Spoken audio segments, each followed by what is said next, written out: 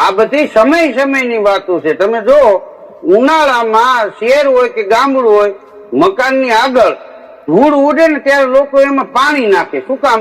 ધૂળ ન ઉડે એટલે. અને પાછું ચોમાસું આવે અને જોરદાર વરસાદ થાય, પાણીના ખાડા ખાબોચીએ ભરાઈ જાય ને તો એમાં તગારું પડીને ધૂળ નાખે. શું કામ? પાણી ન ઉડે. આ બધી સમયની વાત છે. સમય બલવાને નહીં પુરુષ બલવાન, કાબે અર્જુન લૂંટ્યો ઓહી ધનુષ ઓહી બાણ. લોકડાઉનમાં એક મિત્ર બીજા મિત્રને મળ્યો તો કે હવે લોકડાઉન થી તો કાલે પૂરું થઈ જાય છે. તો કે પરિવાર બધા મજામાં? કે હો મજામાં. શાંતિ? તો કે હા. તો કે પૈસાની શું પોઝિશન છે?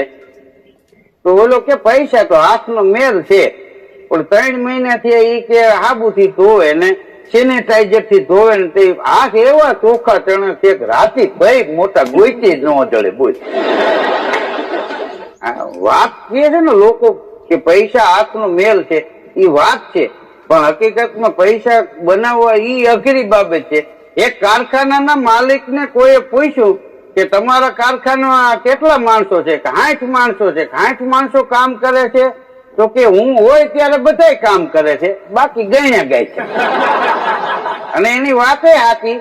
શેઠ ને બહાર જવું તો એક માણસ ને કે દરવાજો ખોલ, એટલે દરવાજો ખોલ્યો અને શેઠ કે હું આજ નહીં આવું તો તું ધ્યાન રાખજે. અરે કે તમે કઈ ચિંતા ન કરતા એમ કરીને દરવાજો બંધ કર્યો. પણ શેઠ ને ખબર ન હોય કે મીંદડીને દૂધનું રખોપું ન હોપાય.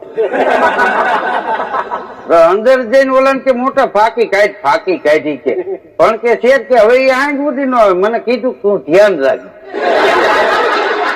અને મોટા એ કે આ આપણે કેટલી મહેનત કરી એટલે શેઠ લાલ પીરા ફરે છે કે 4 વ્હીલ ગાડીઓ નાન છે ને આપણે હજી સાયકલ પંચર હાંચવાના થીગડા ભેગા નહીં કે પંપ ને આટા મારી છે. આ આપણી મહેનત. હવે હકીકતમાં તારી મહેનત નથી તો તારી ને 4 વ્હીલ ન હોય.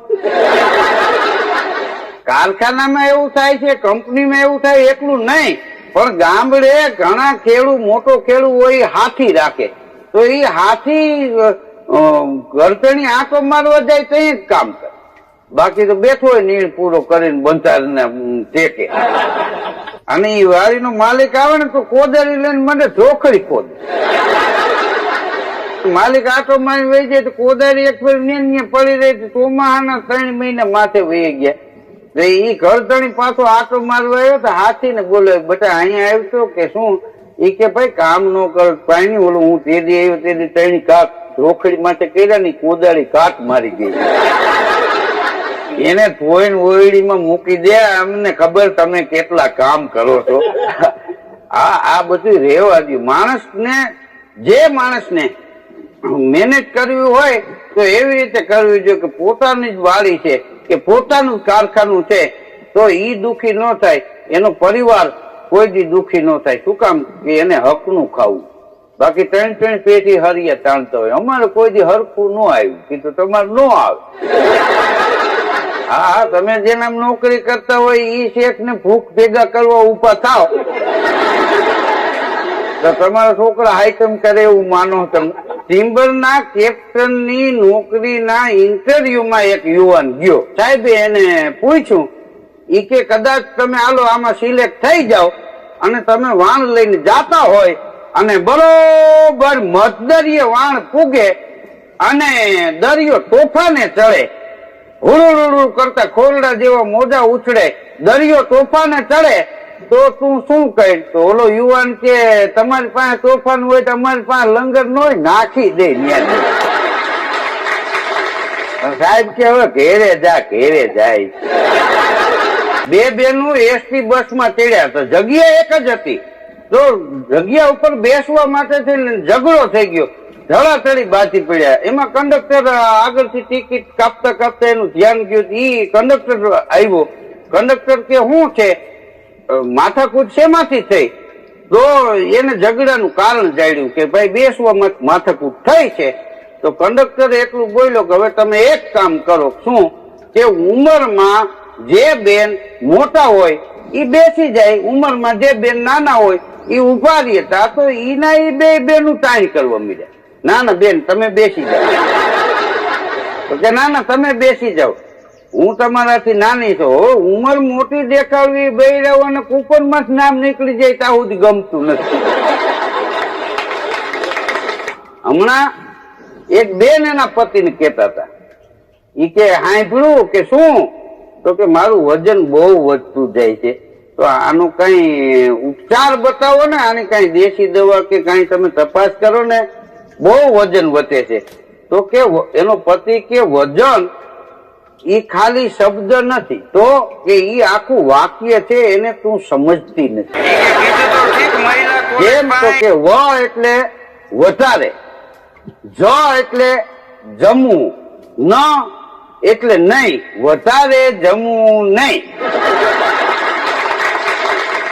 આ એનો ઈલાજ છે. હવે એ તો તું સમજતી નથી. નાસ્તામાં ઈ કે અમે બપોરે નો જમીએ એટલું ખાઈ જશું.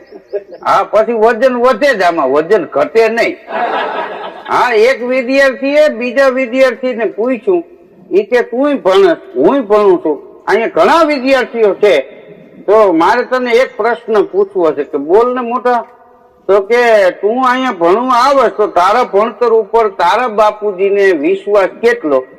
તો ઓલો કે પરીક્ષાનું રિઝલ્ટ ન આવે ત્યાં સુધી મારા બાપુજી જૂના ચોપડા વેચવા દેતા નથી.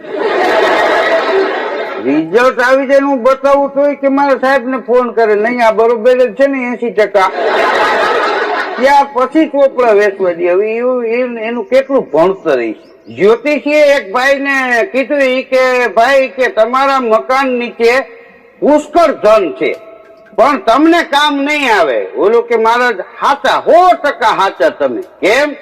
તો કે મારા મકાન નીચે ઈ કે બેંક ની એટીએમ બે છે, તો મારે શું કામ ના?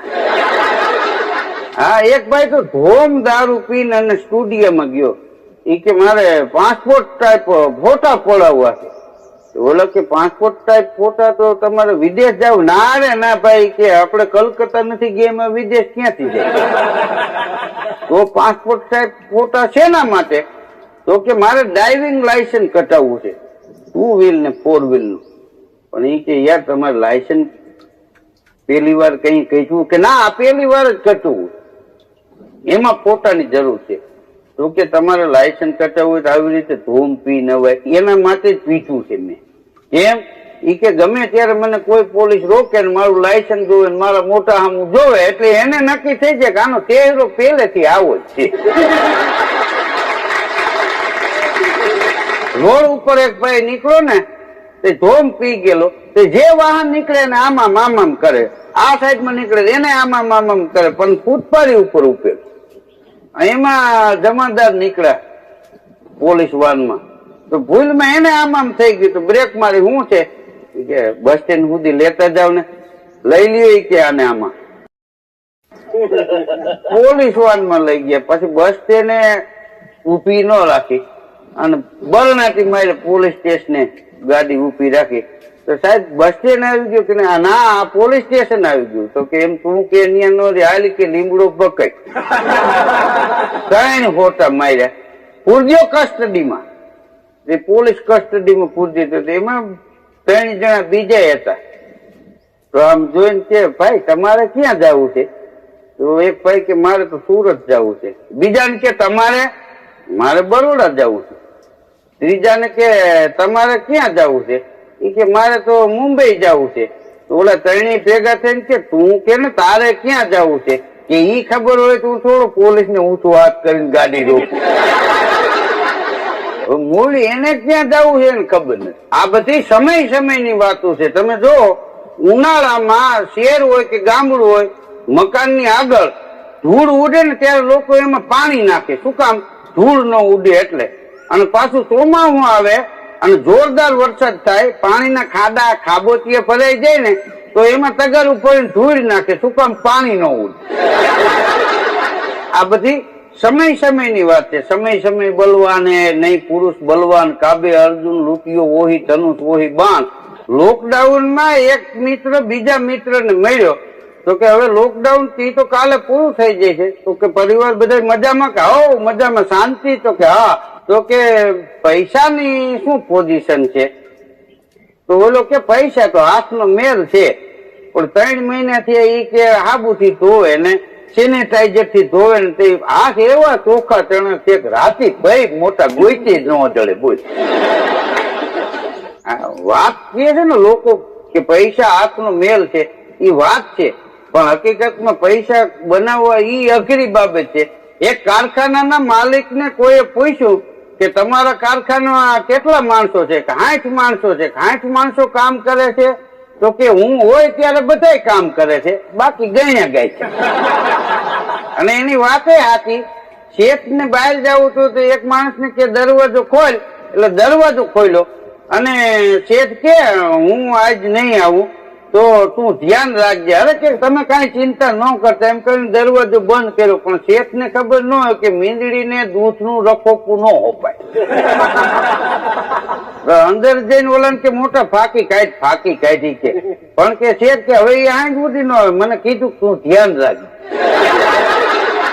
અને મોટા ઈ કે આ આપણે કેટલી મહેનત કરી એટલે શેઠ લાલ પીરા ફરે છે કે 4 વ્હીલ ગાડીઓ નાન છે ને આપણે હજી સાયકલ પંચર હાંચવાના થીગડા ભેગા નહીં કે પંપ ને આટા મારી છે.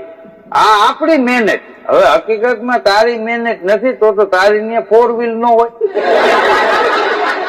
કારખાનામાં એવું થાય છે, કંપનીમાં એવું થાય, એટલું નહીં પણ ગામડે ઘણા ખેડૂત મોટો ખેડૂત હોય હાથી રાખે તો એ હાથી ઘરતણી આંટો મારવા જાય તો જ કામ કરે, બાકી તો બેઠો હોય નીણ પૂરો કરીને બંધારને ટેકે. અને એ વાડીનો માલિક આવે ને તો કોદારી લઈને મને ઢોખડી ખોદે. માલિક આંટો મારી વહી જાય તો કોદારી એક ફેર પડી રહી. ચોમાહાના 3 મહિના માથે વહી ગયા. એ ઘરતણી પાછો આંટો મારવા આવ્યો તો હાથી ને બોલે બેટા અહીંયા આવ્યો કે શું? એ કે ભાઈ કામ ન કર પાણી ઓલું હું તેદી આવ્યો તેદી ત્રણ કાક રોખડી માટે કર્યા ની કોદાળી કાટ મારી ગઈ. એને ધોઈને ઓયડીમાં મૂકી દે. અમને ખબર તમે કેટલા કામ કરો છો. આ બધું રહેવા દે. જે માણસને મહેનત કરવી હોય તો એવી રીતે કરવી જોઈએ કે પોતાની જ વાડી છે કે પોતાનું કારખાનું છે તો ઈ દુખી ન થાય, એનો પરિવાર કોઈ દી દુખી ન થાય. શું કામ કે એને હકનું ખાવું. બાકી 3 પેટી હરિયા તાણતા હોય. અમારે કોઈ દી હરખું ન આવ્યું કીધું તમારે ન આવે. હા તમે જેના નોકરી કરતા હોય ઈ શેઠ ને ભૂખ ભેગા કરવા ઉભા થાવ તો તમારા છોકરા હાઈટમ કરે એવું માનો તમે. ટિમ્બરના કેપ્ટન ની નોકરીના ઇન્ટરવ્યુમાં એક યુવાન ગયો. સાહેબે એને પૂછ્યું ઈ કે કદાચ તમે હાલો આમાં સિલેક્ટ થઈ જાઓ અને તમે વાણ લઈને જાતા હોય અને બરોબર મધદરિયે વાણ પૂગે અને દરિયો તોફાને ચડે, હુડુડુડુ કરતા ખોરડા જેવા મોજા ઉછળે, દરિયો તોફાને ચડે તો તું શું કહે? તો ઓલો યુવાન કે તમારી પાસે તોફાન હોય તો અમારી પાસે લંગર ન હોય, નાખી દે. સાહેબ કે હવે ઘેરે જાય.